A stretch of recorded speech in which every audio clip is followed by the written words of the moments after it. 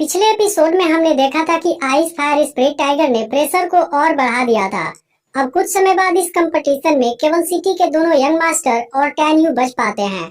सभी को लगता है कि टैन यू भी सरवाइव नहीं कर पाएगा और सिटी के दोनों यंग मास्टर में से कोई इसे क्वालिफाई करेगा।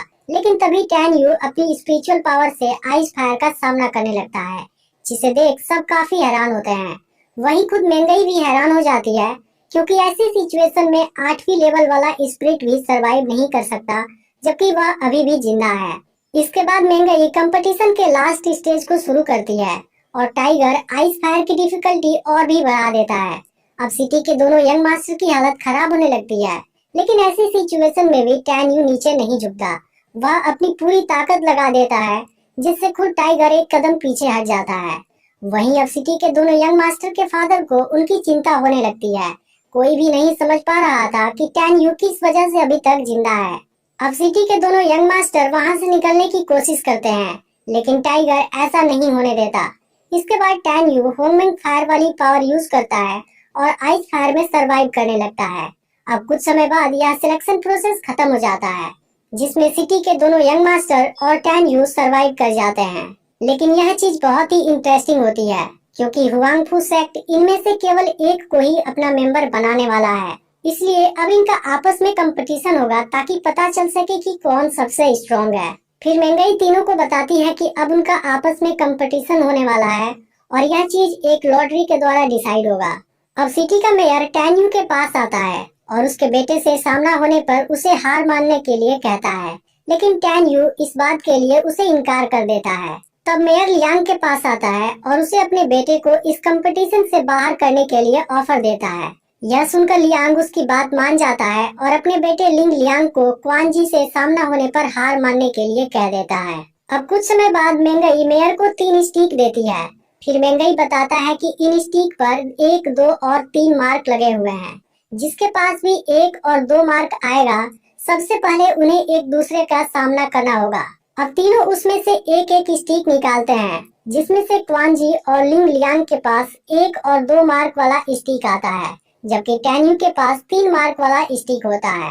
अब रूल के अनुसार लिंग लियांग और क्वान जी की आपस में फाइट होने वाली होती है, लेकिन लिंग लियांग पहले ही हार मान जाता है, क्योंकि उसके फादर ने मेयर के साथ डील कर लिया था। अब यहाँ केवल टैन यू और क्वान जी बच जाते हैं, जिसके बाद मेंगई इनका आपस में कंपटीशन कराती है। अब क्वान जी अपनी तलवार निकाल लेता है, लेकिन इस समय टैन यू की स्पिरिचुअल पावर कम हो गई होती है, इसलिए वह कोई वेपन नहीं निकालता। अब क्वान जी टैन यू पर अटैक करने लगता है और साथ ही उसका मजाक भी उड़ाने लगता है। इसके बाद वह टैन यू को किक मारकर दूर फेंक देता है, जिस पर टैन यू कहता है कि तुम मुझे मारने का सपना देखना बंद कर दो। इसके बाद क्वान जी फिर से टैन यू पर अटैक करने आता है, लेकिन टैन यू गॉड आई वाली पावर से उसके अटैक को रोक देता है। लेकिन फिर भी नीचे गिरने से पहले क्वान जी टैन यू को जख्मी कर देता है। इसके बाद क्वान जी टैन यू के अंदर अपनी तलवार घुसा देता है। तब टैन यू कहता है कि मैं जब तक ना चाहूँ मुझे कोई नहीं मार सकता, और फिर टैन यू आइस फायर से उस पर अटैक कर देता है। इसके बाद क्वान जी कुछ नहीं कर पाता और वहीं पर उसकी मौत हो जाती है।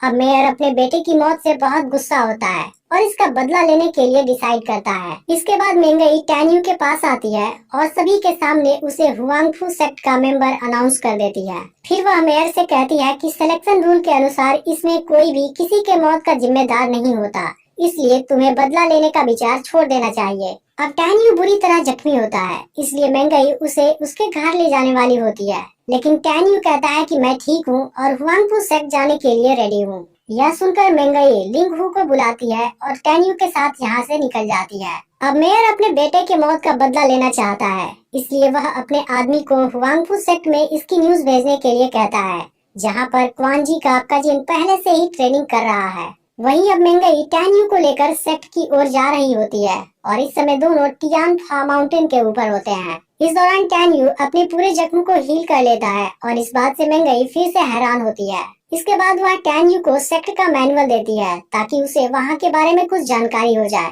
तब टैन यू को पता चलता है कि हुआंगफू सेक्ट टियान फा माउंटेन के बीच में बना है, जहाँ के रास्ते को कोई भी आज तक नहीं सुलझा पाया, और सेक्ट आउटर gate, deep gate, ferry gate और होली गेट में बटा हुआ है।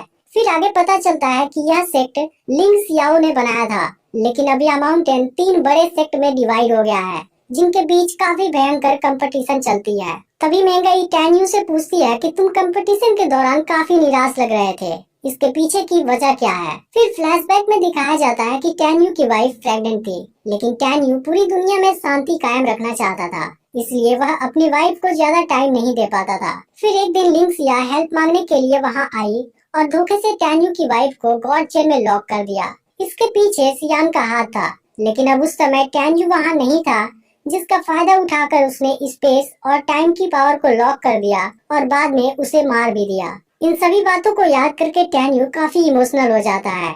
अब दोनों सेक्ट के अंदर पहुंचने वाले होते हैं, लेकिन तभी सामने से म्यूरोन कुन आ जाता है, जो सेक्ट का ही एक मेंबर है। वह मेंगई को पाना चाहता है, जबकि मेंगई उससे बिल्कुल भी पसंद नहीं करती। इसके बाद वह मेंगई के साथ बदतमीजी करने लगता है, जिस पर मेंगई गुस्सा होने लगती है। लेकिन तभी म्यूरोन कुन उस पर एक पॉइजन से अटैक कर देता है।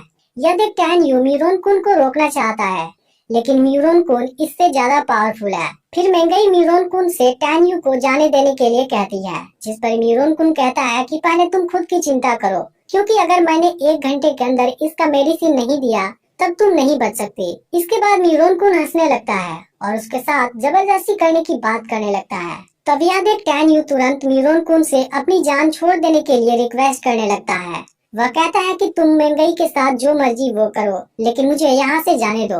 मेरे पास ऐसी प्लेजर पिल्स हैं जो तुम्हारी मेडिसिन से काफी पावरफुल है। यह सुनकर म्यूरोन कुन तुरंत उसकी बात मान जाता है। यह देख मेंगई काफी दुखी हो जाती है, क्योंकि उसे लगा था कि टैन्यू एक अच्छा इंसान है, लेकिन असल में वह भी बिल्कुल म्यूरोन कुन के जैसा है। तभी अचानक से टैन्यू म्यूरोन कुन को जख्मी कर देता है और मेंगई को अपने साथ लेकर वहाँ से कूद जाता है। लेकिन इस बीच म्यूरोन कुन ने भी उसे जख्मी कर दिया होता है। यह देख मेंगई को रियलाइज हो जाता है कि उसने टैन्यू को गलत समझा था, जबकि टैन्यू ने उसकी जान बचाने के लिए खुद को खतरे में डाल दिया है। अब टैन्यू की कंडीशन खराब होने लगती है, फिर भी वह मेंगई से कहता है कि हमें कुछ नहीं होगा। वह मेंगई को समझाता है कि मैं तुम्हें नीचे तालाब में फेंकने वाला हूँ और वहाँ से तुम बाहर मत आना, नहीं तो म्यूरोन कुन तुम्हें खोज लेगा। इसके बाद टैन्यू खुद को नीचे कर लेता है। यह देख मेंगई पूछती है कि तुम मुझे क्यों बचाना चाहते हो, इसमें तुम्हारी जान चली जाएगी। तब टैन्यू कहता है कि मुझे कुछ नहीं होगा। इसके बाद टैन्यू मेंगई को तालाब में फेंक देता है और खुद वहाँ जमीन पर जा गिरता है। तभी म्यूरोन कुन भी यहाँ आ जाता है और टैन्यू की बॉडी को जमीन पर पड़ा हुआ देखता है, लेकिन वह मेंगई की बॉडी को नहीं खोज पाता और उसे लगता है कि मेंगई मर चुकी है, जिसकी बॉडी कोई जानवर खा गया होगा। इसके बाद म्यूरोन कुन उसकी बॉडी पर एक बड़ा सा पत्थर गिरा देता है और वहाँ से चला जाता है। फिर मेंगई पानी से बाहर आती है, लेकिन टैन्यू उसे कहीं भी नजर नहीं आता और वह काफी परेशान हो जाती है।